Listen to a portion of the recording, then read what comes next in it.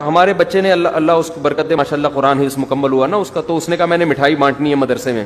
مٹھائی کی دکان گیا, میں نے کہا وہ کہہ رہے ہیں آپ بھی کھا لیں, میں نے کہا میں نہیں کھاؤں گا. انہوں نے کہا جوس پی لے, میں نے کہا نہیں پیوں گا. پھر بھی جوس منگوا دیا. میں نے فوراً کسی کو پکڑا دیا میری طرف سے, میں نے کہا آپ پی لیں. جب تک اس طرح آپ ڈھیٹ نہیں بنیں گے نا, خوب سمجھ لو آپ پھوڑتے پھاڑتے رہیں گے. اور یہ اللہ کو پسند نہیں ہے کہ ہر وقت بکریوں کی طرح جگالی کرتے رہو. یہ حدیث ہے نبی صلی اللہ علیہ وسلم کی کہ بدترین برتن جس کو بھرا جائے وہ کیا ہے؟ انسان کا پیٹ ہے. آپ بھوکا رہنا سیکھو, تھوڑا کھاؤ گے ٹھا کر کے لگے گا باڈی کو, بہت اچھے ہو جاؤ گے, فٹ عبادت میں مزہ آئے گا. مفتی صاحب, یہ جو مہینہ ہے ماہ مبارک ہے, عید میلاد النبی صلی اللہ علیہ وآلہ وسلم, ہماری دو عیدیں تو ہم نے سنا تھا, عید الفطر اور عید الاضحیٰ. یہ جو تیسری عید ہے اس کی شرعی حیثیت کیا ہے؟ کوئی شرعی حیثیت نہیں ہے. جب نبی صلی اللہ علیہ وسلم کی حدیث ہے ہمارے لیے دو عیدیں ہیں, اس میں آپ نے عید کی نماز پڑھی تو من احدث فی امرنا ھذا ما لیس منہ فہو رد, ہمارے دین میں کوئی بھی نئی چیز ایجاد کرے گا تو وہ مردود ہے. ایک حدیث میں مردود کے الفاظ ہیں. اچھا آپ یہ دیکھیں, نبی صلی اللہ علیہ وسلم نے پیر کے دن روزہ رکھا. صحابہ نے پوچھا کیوں؟ آپ نے فرمایا میری ولادت کا دن ہے. تو ولادت کو روزہ رکھ کے آپ نے عید کا کانسیپٹ تو ختم کر دیا, کیونکہ روزے اور عید تو جمع ہو ہی نہیں سکتے.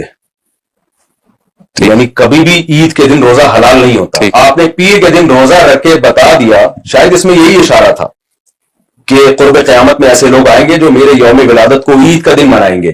تو پیر کو آپ نے روزہ رکھ کے بتا دیا کہ اس میں عید کا تو اب منانے کا کانسیپٹ ہی ختم ہو گیا. یہ ثابت ہے کہ حضور صلی اللہ علیہ وآلہ وسلم کو یوم ولادت پیر کا روز تھا. تو ٹھیک ہے, اور اس دن آپ نے روزہ رکھا ہے, ٹھیک, تو روزہ اور عید جمع نہیں ہو سکتے.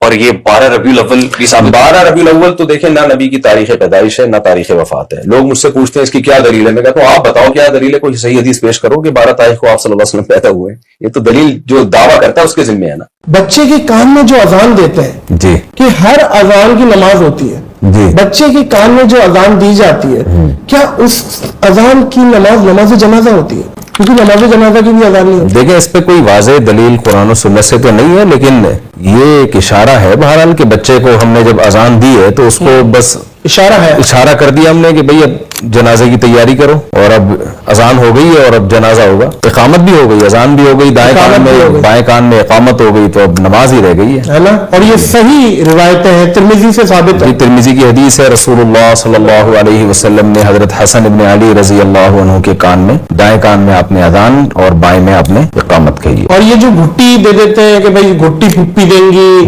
اور اپنا الگ الگ طریقے کار تہوار ہے, اس کے حوالے سے ذرا نبی صلی اللہ علیہ وسلم سے ثابت ہے کھجور کا.